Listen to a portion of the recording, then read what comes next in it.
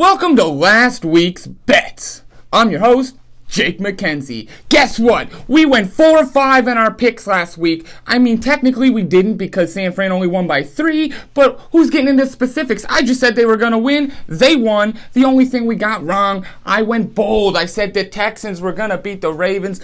Didn't happen. Ravens crushed them. Hey, things happen. Things go wrong sometimes, okay?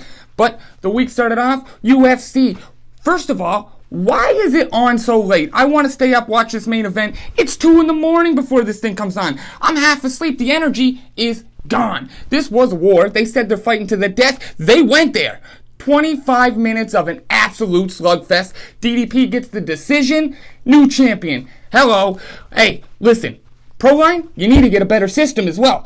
I'm trying to bet on things. I want touchdown scores. I want them with the games. I want rushing yards. I want them with the games. You don't let me do nothing, okay? It's starting to become a problem when there's not as many games on at a time. I need a better system. That's evident. But hey, we'll figure it out soon enough. Let's move on. Now, let's take a look at the Ravens-Texans game. As we said, the Ravens absolutely demolished the Texans, 34-10. Lamar goes out of his mind, 152 passing yards, 2 touchdowns. But that's not all. He runs for 100 more yards, 2 more touchdowns on top of it. Oh my goodness. That's why he's the clear-cut MVP this year. He has been balling out of his mind lately. CJ, he throws for 175 yards, but that's all he could do. No touchdowns. No interceptions, so he didn't put the ball in any risky situations, but the only touchdowns the Texans could get was a 67-yard punt return from Steven Sims Jr. It was electrifying, tied the game up 10-10, but ultimately the Ravens were too much for a young Texans team, and they just finished them off in the second half. That's all we got. The Ravens, next week, you got a challenge on your hand because the Chiefs are coming to town, baby. Now, let's take a look at the 49ers-Lions game. First quarter, Deebo Samuel injured. He's out of the game. Whoa.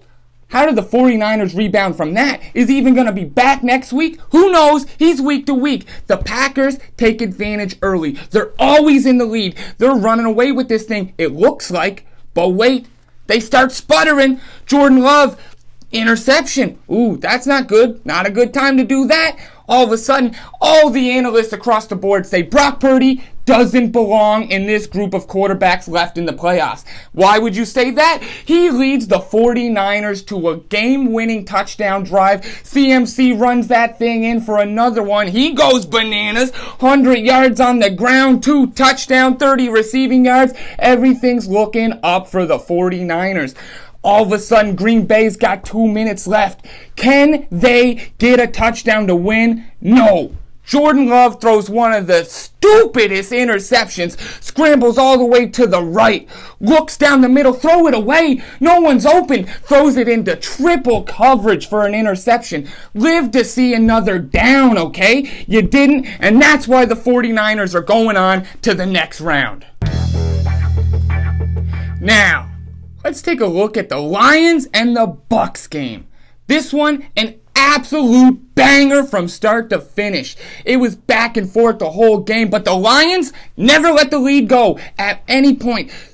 They would score, but the Bucs would score right back. They'd score again, Bucs score again, tie it up. Baker, he was cooking the whole game. 349 yards and 3 touchdowns. That's crazy. I love Baker Mayfield. Love the moxie of him. He goes out, throws a deep ball, throws an interception next, doesn't care. I'm throwing a deep ball again. Okay, Mike Evans, 8 receptions for 147 yards and 1 touchdown. He was catching everything Baker wanted to launch down the field. But it wasn't enough because the Lions rookies were standing tall the whole game long. We got Gibbs. He only got 9 carries this game, still gets 74 yards and a touchdown. He also got 40 receiving yards. Laporta, hey, just throw the ball this guy's way. He catches it every time. 9 catches, 65 yards. Hey, this game, like I said, back and forth with the game on the line. Baker's got a chance. The momentum in their hand. They just scored a touchdown, forced a 3-0. They got a chance to tie the game, take this thing to overtime. Baker makes risky decisions, like I said. He threw one, and it got picked off. Lions got to kneel it out, but congratulations to the Lions. This is a team that can't win a playoff game in 30-some years. All of a sudden, they're in the NFC Championship game. That's what I like to see. Dan Campbell got this team absolutely going crazy. Everybody's bought in. Grit on 10. Let's go Lions to the divisional. Now, how about those Chiefs? Oh, you didn't know? Well, your ass better call somebody, because the Chiefs, they're road dogs this week. Hey, first playoff game on the road that Pat's ever had to play, not including the Super Bowls, that is, but we're going to Buffalo on the road. Hey, everyone's in attendance for this game, this big heavyweight matchup. We got Jason Kelce because he's no longer in the playoffs with the Eagles. He's in the box with Taylor Swift and Donna Kelce, and Travis Kelce didn't disappoint. He goes absolutely off this week. He gets 75 yards, 2 touchdowns. He's got Jason Kelce jumping into the stands with the Bills fans, chugging beers, going crazy. Now, the Chiefs did have a little bit of a problem early. Could not stop the run. James Cook, Josh Allen, non-stop, down the middle. It was a little bit concerning, but we weren't ready to break the glass yet, you know what I mean? So, we just held tight. Second half, they couldn't run nothing on us. It was back and forth. They get the lead, we get the lead. But at the end of the game, here's what it comes down to, okay? We finally get a stop. They have to punt the ball. Now, I'm looking at the TV. Why did DeMar Hamlin move his hands like that? Are they going for a fake punt? I think they might be. Oh, jeez. He gets the ball. Chiefs sniff it out. They smell that out a mile away. Shut it down. We get the ball now on the 27. Thank you very much. We're about to score and put this game out of reach. But wait. Right after a Pacheco run to the 1-yard line, we go for a jet sweep to Hardman. Did he just fumble that out of the end zone? No, he didn't. Is that a touchback? No way. Can't be. My heart almost stopped in the moment. Turns out it was. Bills get the ball back. Whew. Everything's tense. I'm thinking, no, we need to get another stop. We do. We get the ball back. They stop us. We kick it back to them. They get all the way down the field. 1 minute and 43 seconds left. They're in field goal range. Guess what?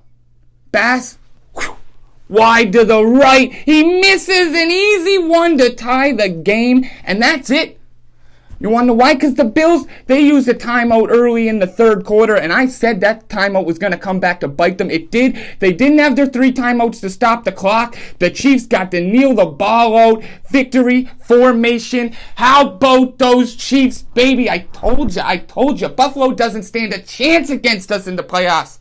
And we proved that to be fact. On to the AFC Championship game, baby. 6th straight in a row. Pat only goes to championship games. That's it. And hey, I think I smell a Super Bowl in our future. Now, it's time to look ahead to next week's bets. First off, we got the 49ers and the Lions. A heavyweight matchup.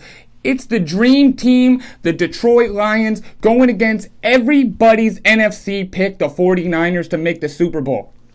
I'm looking into this game.